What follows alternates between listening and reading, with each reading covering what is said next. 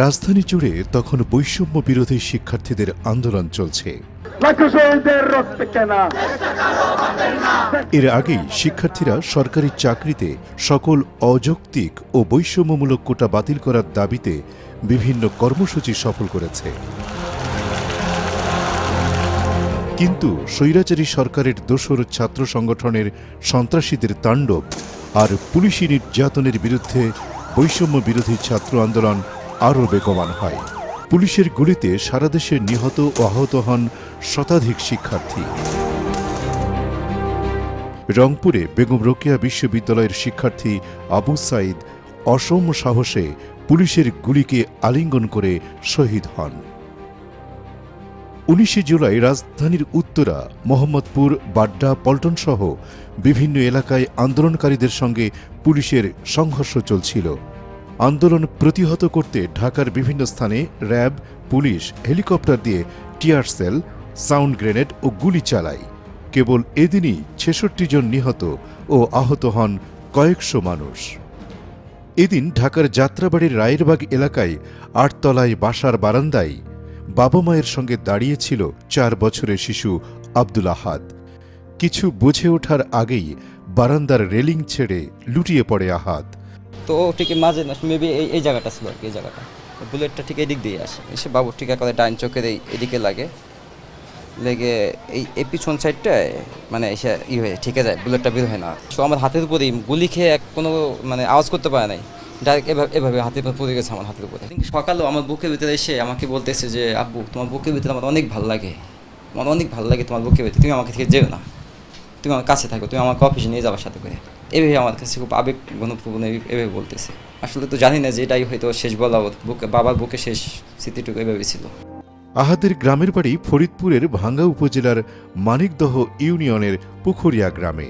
সে ওই গ্রামের বীর মুক্তিযোদ্ধা মৃত বজলুর রহমানের নাতি।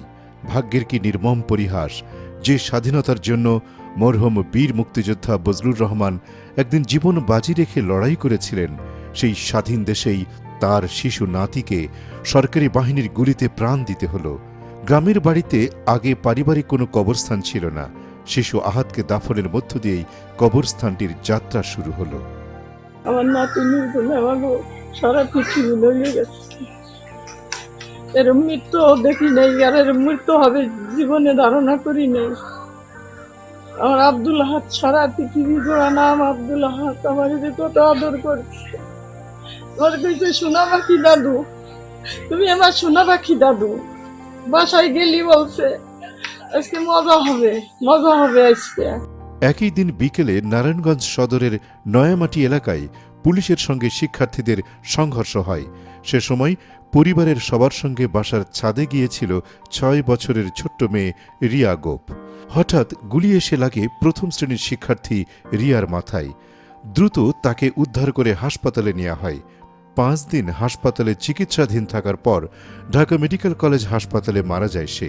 ওই দিন আন্দোলন চলাকালে মিরপুরে কাফরুল থানার সামনের সড়কে আইন শৃঙ্খলা রক্ষাকারী বাহিনীর সঙ্গে আন্দোলনকারীদের সংঘর্ষ হয়। এ সময় পুলিশের ছোড়া কাঁদানে গ্যাসের ধোঁয়া ঢুকছিল সামিরের ঘরে। জানালা বন্ধ করতে গেলে বাইরে থেকে গুলি এসে বিদ্ধ করে শিশুটিকে। তারা এসে ও জানলা বন্ধ করবে, এর মধ্যে একটা গুলি সোজা এখান থেকে এসে আমার ছেলের চোখ দিয়ে ঢুকে মাথার পিছু থেকে বের হয়ে এই যে দেয়ালের মধ্যে লাগে।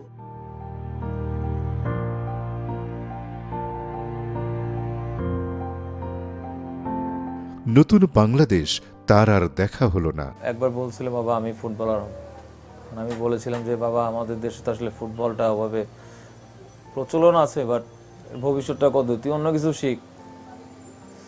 কিন্তু বললো যে না বাবা আমি যত কষ্ট হোক আমি ফুটবলার হব। তা আমি বললাম ঠিক আছে, আমার যত কষ্টই হোক না কেন আমি তোকে ফুটবলার বানাবো। 20 জুলাই রাজধানীর চিটাগাং রোড এলাকায় গোলাগুলি ও সংঘর্ষ চলছিল।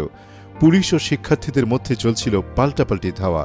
এর মধ্যেই বেরিয়েছিল শিশু হোসেন মিয়া। পপকর্ন, আইসক্রিম ও চকলেট ফেরি করে সে।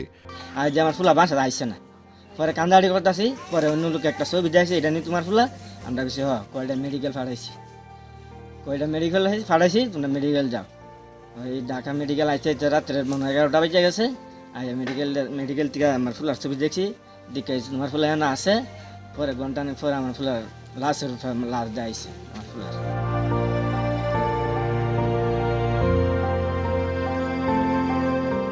শুক্রবার দিন নাকি ওর মারে কইছে, মা আমার নেম প্লেট আইব। ও ছেলেটা খেলাধুলা করতো, নেম প্লেট আইব, নেম প্লেট তো বোঝে না ওর মায়। নেম প্লেট আইলো, আমার ছেলের ডেথ সার্টিফিকেট আর মেডিকেলের সার্টিফিকেট আর আজিমপুর গোরস্থানের সার্টিফিকেট সব আল্লাহ সার্টিফিকেট আইছে। মহান স্বাধীনতার ৫৩ বছর পর স্বৈরাচারী ফ্যাসিস্ট সরকারকে হটাতে অসংখ্য ছাত্র, শ্রমিক আর সাধারণ মানুষকে প্রাণ দিতে হয়েছে।